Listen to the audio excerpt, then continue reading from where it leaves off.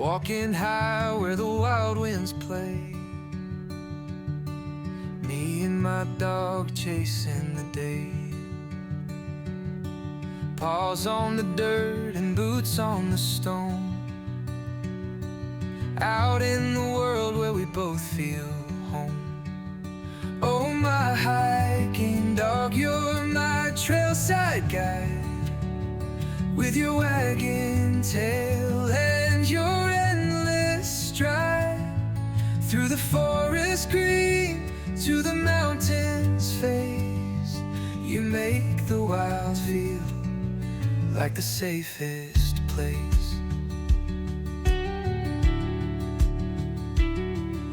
You sniff the air while I map the trail.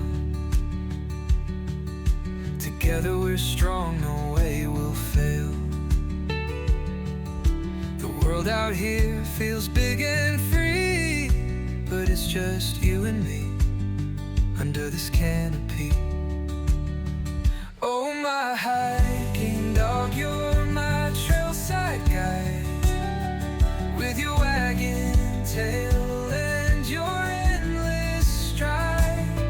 Through the forest green to the mountains face.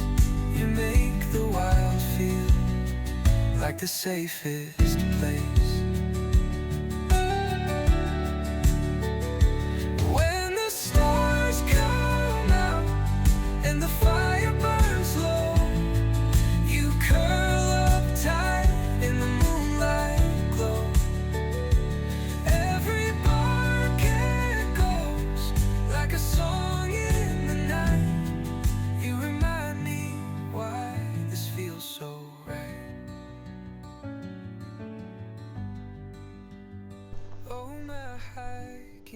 Today, Cab and I are at Rock Creek State Park. First time we've been to this park. It's kind of in the central part of the state. If you're familiar with the state at all, or you can look on a map, it's near, I think the nearest town is Kellogg, Iowa. Grinnell is pretty close as well. Grinnell College is there. This is about a 1,700 acre park. It says it has about 8 miles of hiking trails. I think they're counting some hard surface as part of that 8 miles. We're going to do a section, it's called the Rock Creek East Trail. This is an out and back, about 4.6 miles. It does have a bike trail leading from Grinnell to the park. So I think that's about a 7-mile trail. But we're not interested in that. We want to walk on sod. It does have a man-made lake. If you can see it through the trees there. The lake it originally was planned to be about 700 acres. The park, I should also mention, was dedicated in 1952. But the lake, I think now, is closer to 600 acres. It originally was about 700, a little under 700 acres. But it's got some sediment filled in. So right now it's just over 600 acres. If I remember correctly from my research. Yeah, buddy, we stopped because you tangled me up. But yeah, we're Rock Creek State Park. That's where we're hiking today. So come along for a walk. Back this way. Huh. Right there. Well, it's about 37 degrees today. Beautiful sunny. And there's just enough hills to make me start sweating. And it's only been, I don't know, somewhere between half a mile and a mile. So I'm going to take this thing off I'm not a ball of sweat on our 3-hour drive back home. So, yeah, we're in the trees, which is blocking a lot of the wind. Wind, I think, was 13, 14 miles an hour. But if we get back into some windy areas and I start to get chilled, well then I'll just take it out and put it back on. Because that's what layering's all about, right? All about putting it on, taking it off, putting it on. Okay, let's go do some more.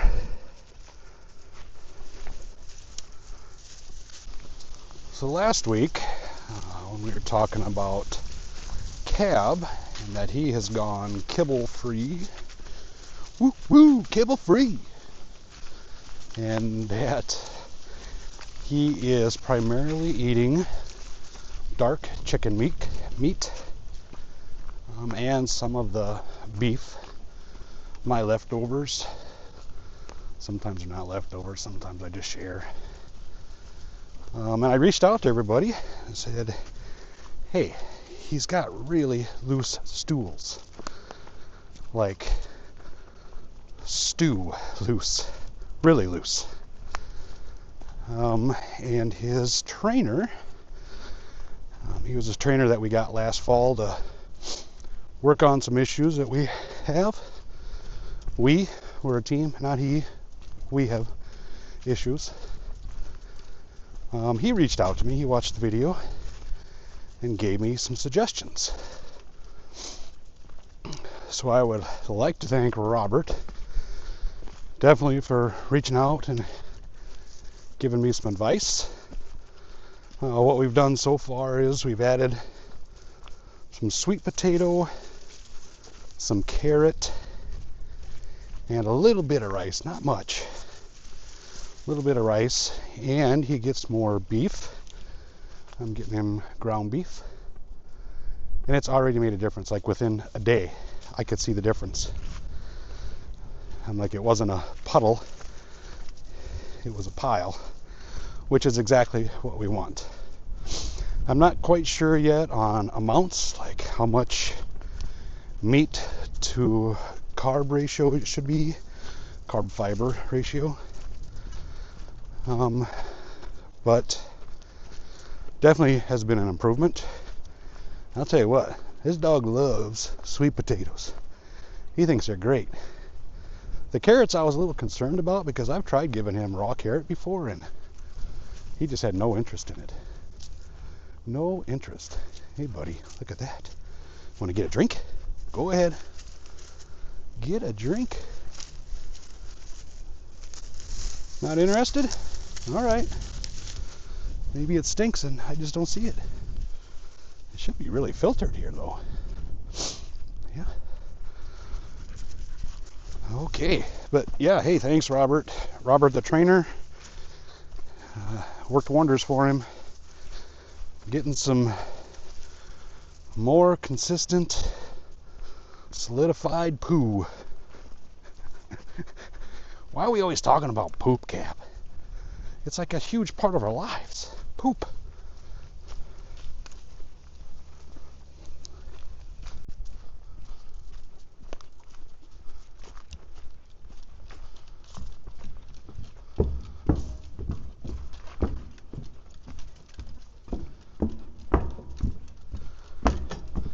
So along this trail, there is some private property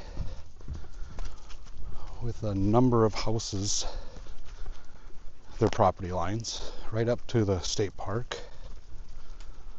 So that's just something to be aware of. We didn't have any dogs come out at us when we were walking by, but I'm going to say there's 6 or 7. Hey, what are you doing? You want to check it out? All right. But something to be aware of. I'm not overly fond of that, but if I was a homeowner, I'd be really happy. I had land right next to a state park. Walk out the back door and go for a hike. That'd be awesome. But hey, we're hiking for free. We're free. We're free. Yes. All right.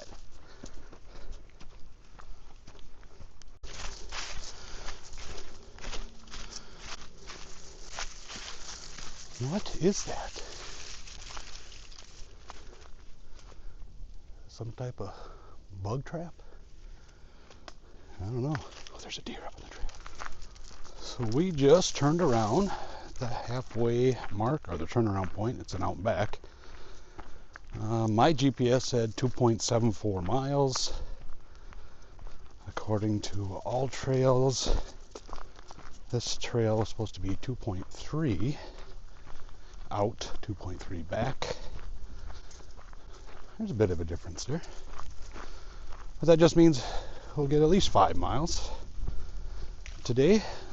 Part of that too is somebody doesn't walk in a completely straight line. I'm talking about me. But we're heading on our way back now. Hey, none of that. None of that. But yeah, heading our way back. Enjoying this beautiful February day.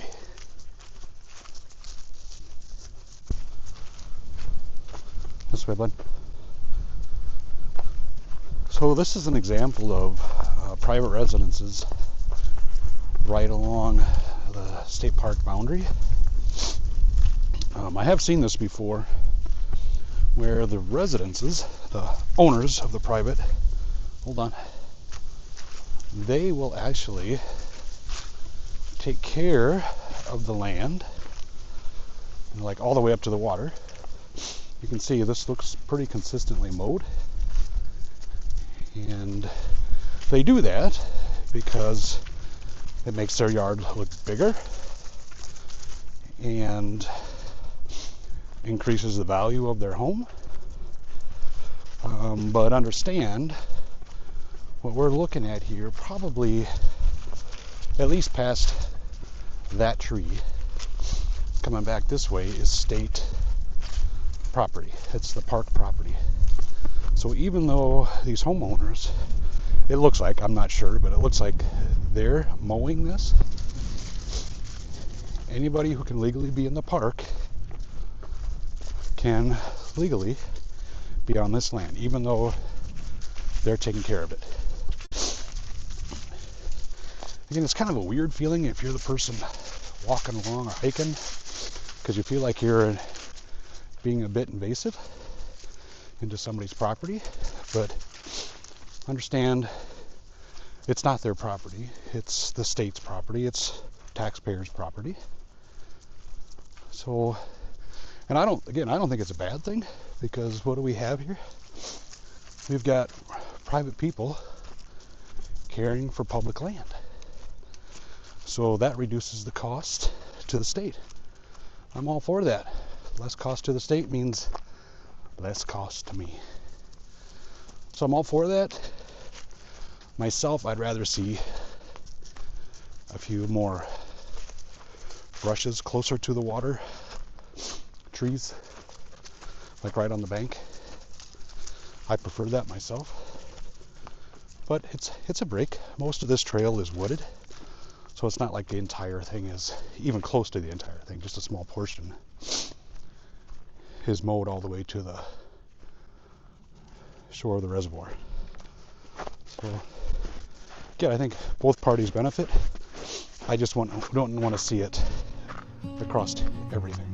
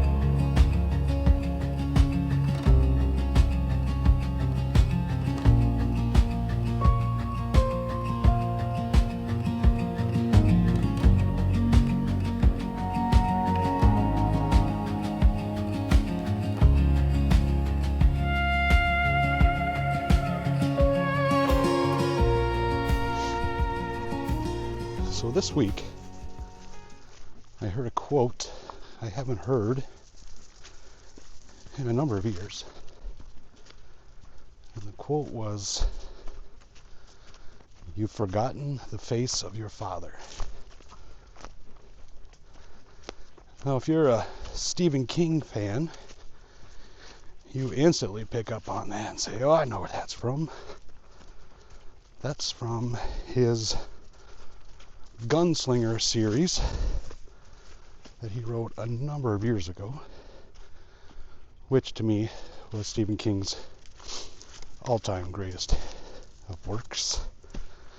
I haven't read any of his latest stuff in the last probably 10 years. But everything before that I read, and the Gunslinger series was by far the best. I absolutely loved it. But that saying, that Gunslinger's Creed, I think it is. Leave that. That Gunslinger's Creed of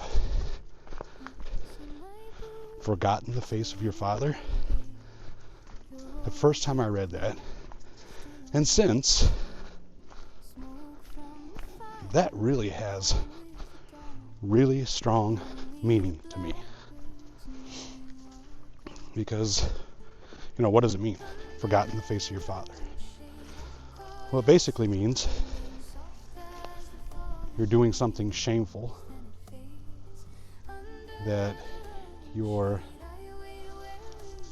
hurting the family name, you're going against your own morals and ethics that you were taught. Let's go this way.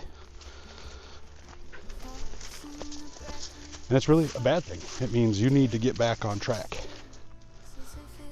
if you've forgotten the face of your father. Remembering the face of your father means you're doing something honorable.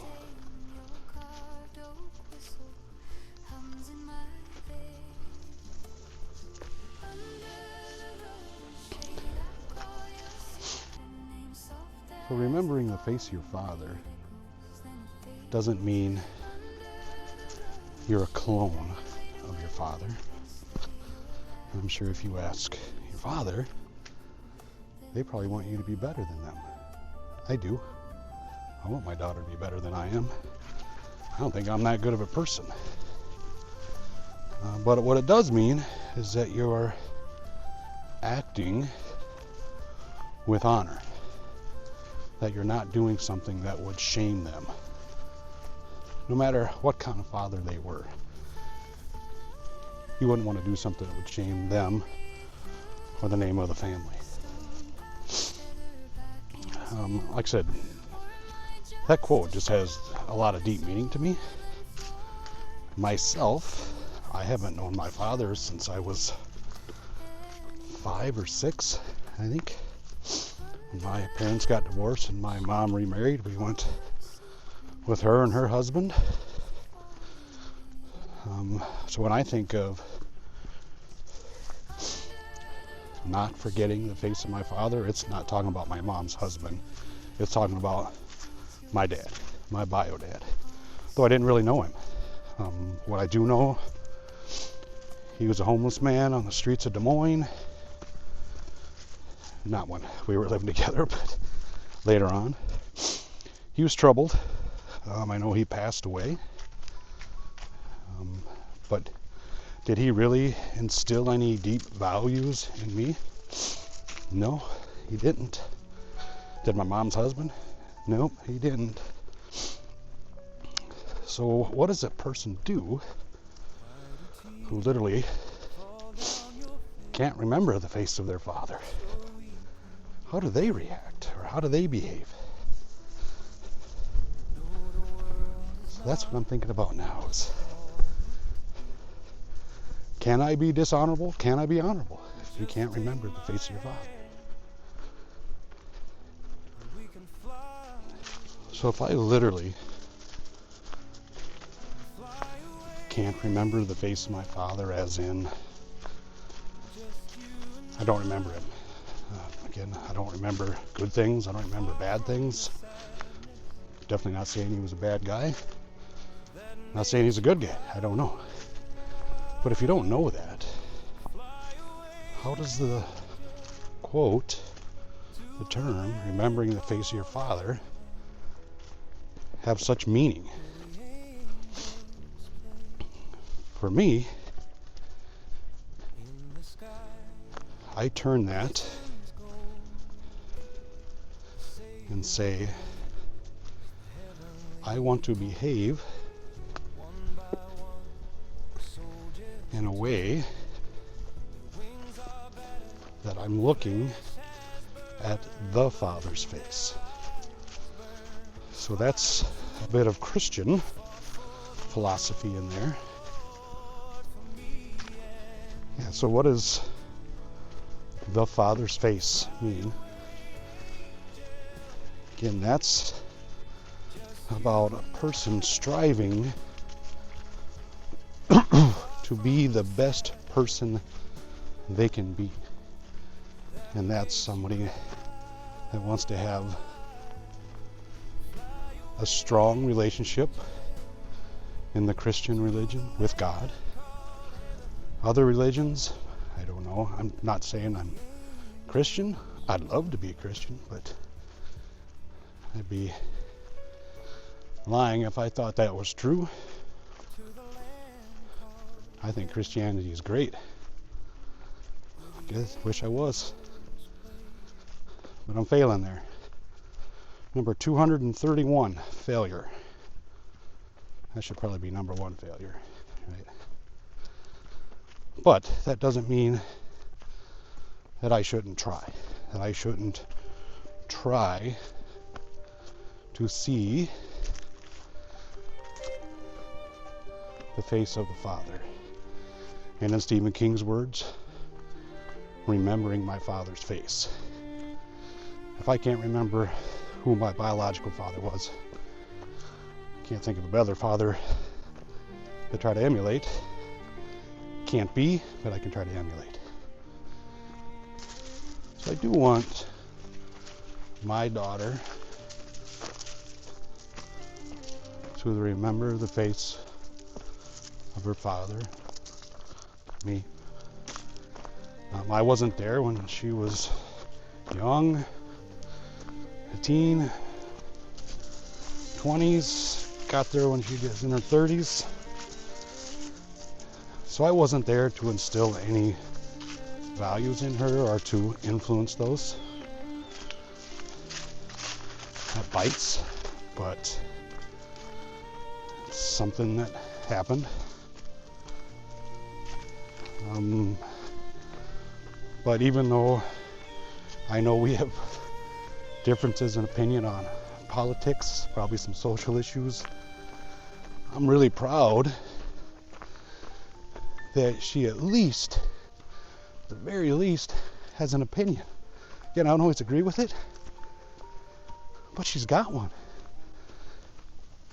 She's firm in her beliefs.